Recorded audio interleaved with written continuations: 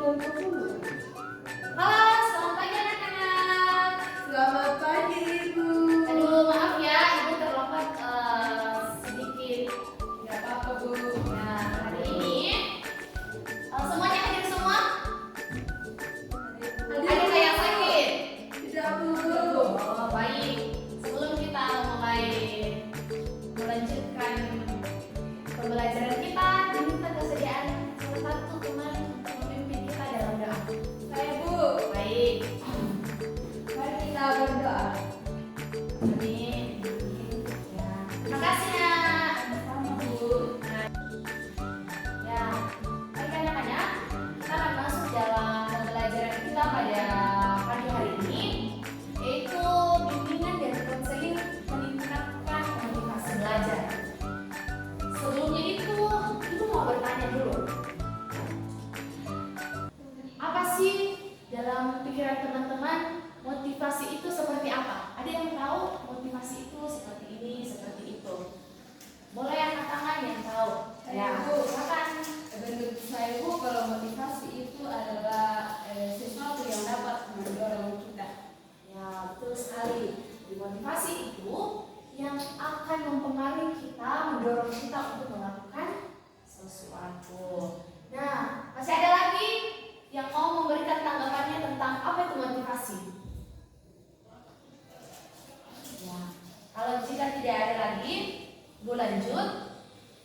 Jadi, dalam tujuan layanan, peserta didik dapat membedakan perilaku yang menunjukkan adanya motivasi dan yang tidak. Yang kedua, peserta didik dapat menerima manfaat motivasi belajar. Jadi, peserta didik itu dapat merinci bagaimana.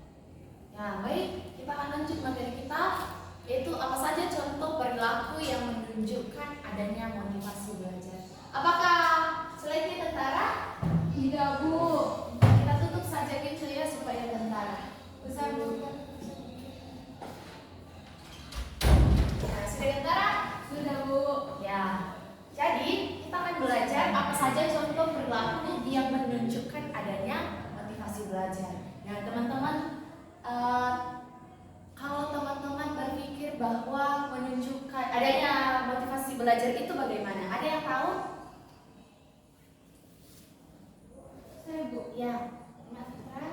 Selalu rajin belajar tanpa disuruh oleh orang lain. Nah, selalu rajin belajar tanpa disuruh. Ada lagi?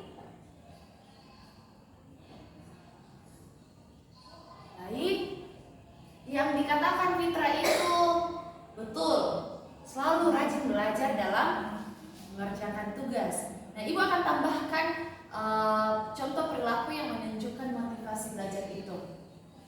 Yang pertama itu selalu rajin belajar walau tidak disuruh. Itu yang dikatakan Fitra tadi. Jadi adanya rasa tersendiri untuk ingin belajar. Yang kedua itu tetap belajar waktu walau tidak ada ulangan atau ujian. Ada biasa teman-teman itu belajar hanya karena ada tugas, hanya karena ada ulangan, mereka baru belajar. Tetapi dalam motivasi itu biasa muncul tiba-tiba, atau motivasi itu muncul bukan hanya karena ada ulangan atau ujian, tapi ada dorongan tersendiri untuk belajar. Nah, yang kedua itu punya target nilai yang tinggi. Nah, di depan ada gambar 8, yaitu teman-teman akan menilai mana yang semangat, mana yang malas. Jadi Ibu akan bagi kelompok teman-teman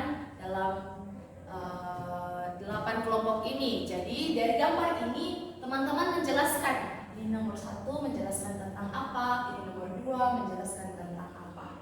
Jadi mulai dari sana menghitung. 1, 2, 3, 4. Ya, jadi teman-teman melihat bahwa ini kelompok ke-1 menjelaskan dari gambar ini motivasi seperti apa yang perlu. Ya, sudah mengerti soalnya? Sudah. Ini, Ya Bu. kerja nomor berapa? Itu yang nomor 2 Bu. Ya. Jadi ada kesusahan dari nomor 2 ini. Teman-teman sudah menjelaskan tadi teman-teman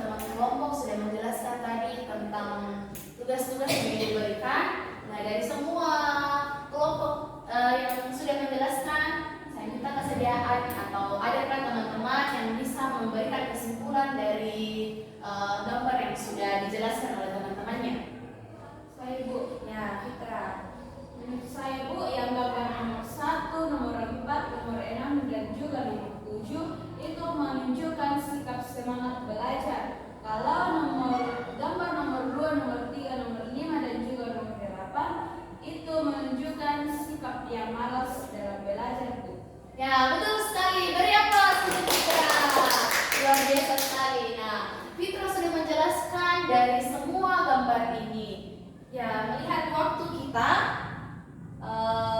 sudah hampir selesai, Ibu akan memberikan tugas, yaitu membuat video. Jadi teman-teman, jika kembali ke rumahnya nanti atau minggu depan, suruh untuk membuat video, dan minggu depan itu dikumpulkan. Jadi videonya itu dikumpulkan, boleh di sosial media, contohnya Reels atau di YouTube. Nah, masih ada yang belum mengerti, ya kenapa? Ini yang videonya dibuat kelompok atau pribadi? Boleh kelompoknya yang tadi, boleh bikin kelompok ya. Ya, masih ada yang belum jelas? Tidak belum. Ya, kita akan mengakhiri pembelajaran kita pada pagi hari ini. Kita akan berdoa